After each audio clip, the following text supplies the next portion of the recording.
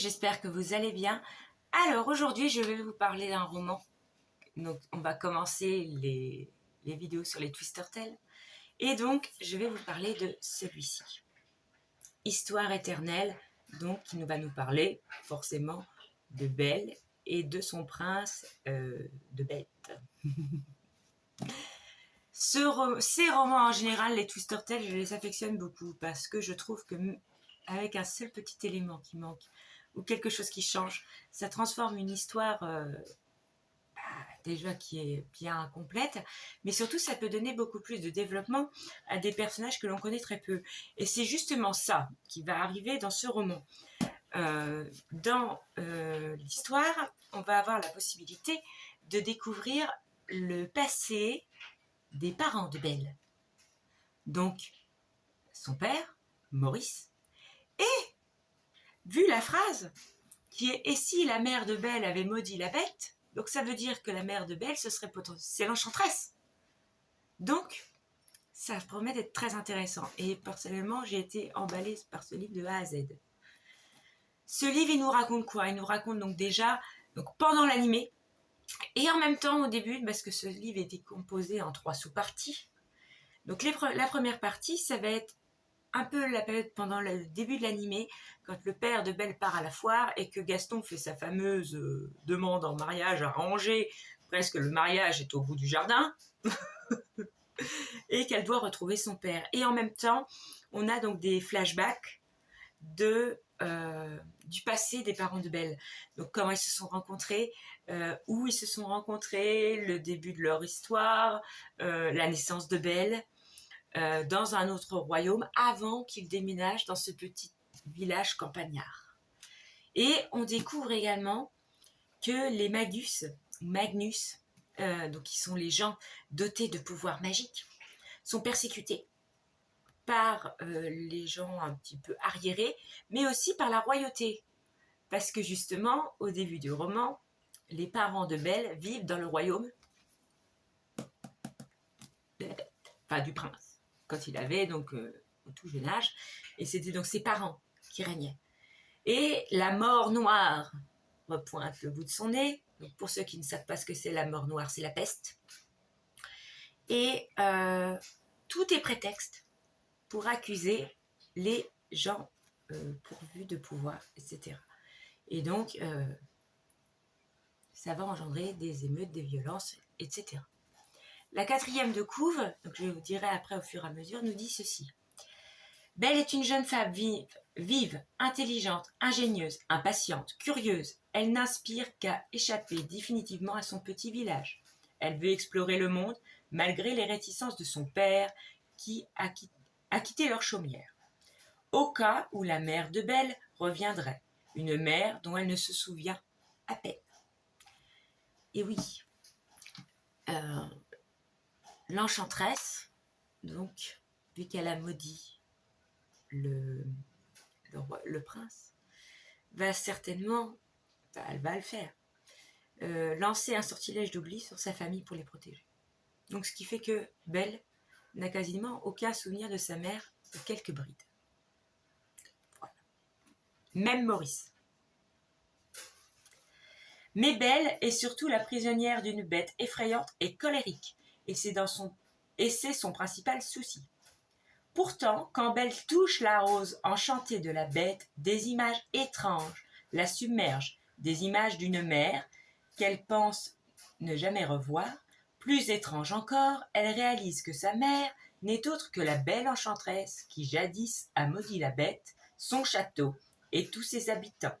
Sous le choc, Belle et la bête doivent s'unir pour percer le sombre secret autour de leur famille, un secret vieux de 21 ans.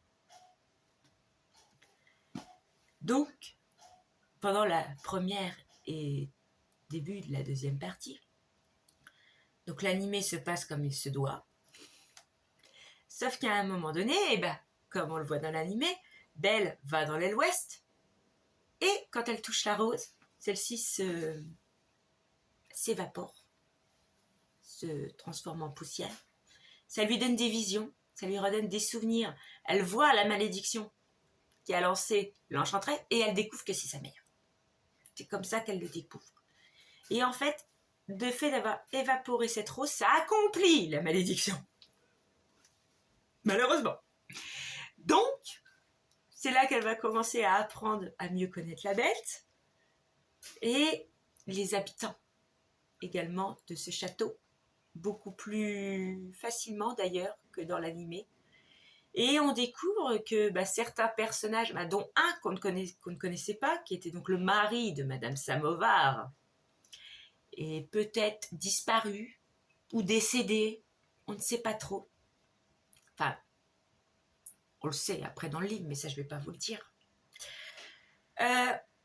Il y avait des amis également qui avaient les parrains donc de Belle, donc Monsieur Samovar, et un autre qui s'appelle Frédéric Arc. Et lui, c'est un Magnus, qui d'ailleurs a honte de cet état et veut tout faire pour s'en libérer parce qu'il est médecin. Voilà. Et je pense que, à part pour ceux qui le connaissent, ce personnage, on le voit dans l'animé très rapidement. C'est le directeur de l'asile à la fin de l'animé. Bien évidemment, qui dit La Belle et la Bête, donc il y a le fou, il y a Gaston. Et donc eux, c'est pareil, ils vont avoir à peu près le même rôle, sauf à la fin, Gaston va commettre un acte, on va dire irrévocable, sur un certain personnage. Je ne vous dirai pas lequel, sinon ça va vous donner la fin. Et moi j'ai envie de vous donner envie de le lire, pas de vous le dire en intégralité. En grosso modo, cette histoire aussi nous montre que Belle, elle va retrouver ses origines, elle va découvrir beaucoup de choses qu'elle ignorait par rapport à ses parents, mais la bête aussi, parce qu'il est conscient de certaines choses qu'ont pas fait ses parents. Et en fait, la malédiction, malgré qu'intérieurement il bout de colère, il se rend compte que ça lui a fait du bien. Parce que ça lui a peut-être potentiellement permis de ne pas devenir comme ses parents. Mais c'est surtout aussi l'arrivée de Belle qui va se remettre en question, qui va voir aussi ses serviteurs et domestiques d'un œil différent, parce que ses parents l'ont tellement endoctriné dans le fait que les domestiques ne sont que des choses, d'où le fait qu'ils sont transformés en objets usuels du quotidien. Et il va se faire un moment brider par ses parents parce qu'il était très proche d'un de ses domestiques, qui était donc le mari de Madame Samovar.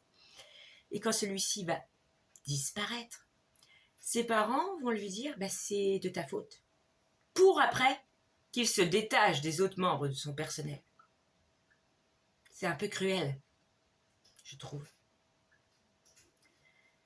Ce roman, par rapport à l'Enchanteresse, nous permet aussi de développer beaucoup plus ce personnage.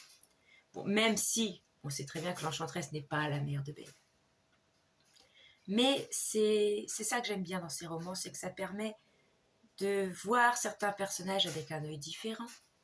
Et c'est vrai que de l'embriquer dans la famille de Belle, ça lui donne plus d'importance. Et on découvre aussi que cette enchanteresse, dans cette histoire, si elle a maudit le prince, c'était pour protéger son peuple, les fameux mages.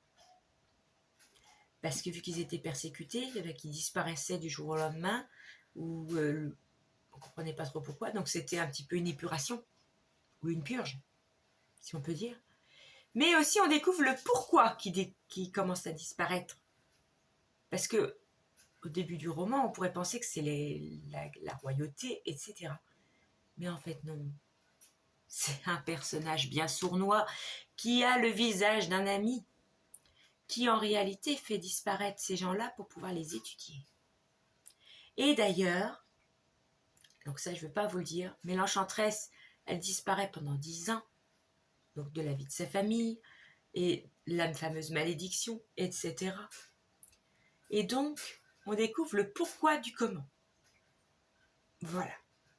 Alors j'espère que ce livre vous donnera envie d'être découvert, parce que je sais que pour ma part, au début j'avais eu du mal à rentrer dedans, mais quand j'ai eu je me suis vraiment remis dedans, je l'ai dévoré. Alors je ne peux que vous encourager à le lire. Voilà, je vous souhaite une bonne continuation. J'espère que cette vidéo vous a plu. Pensez à vous abonner, à liker et continuer à lire. Salut!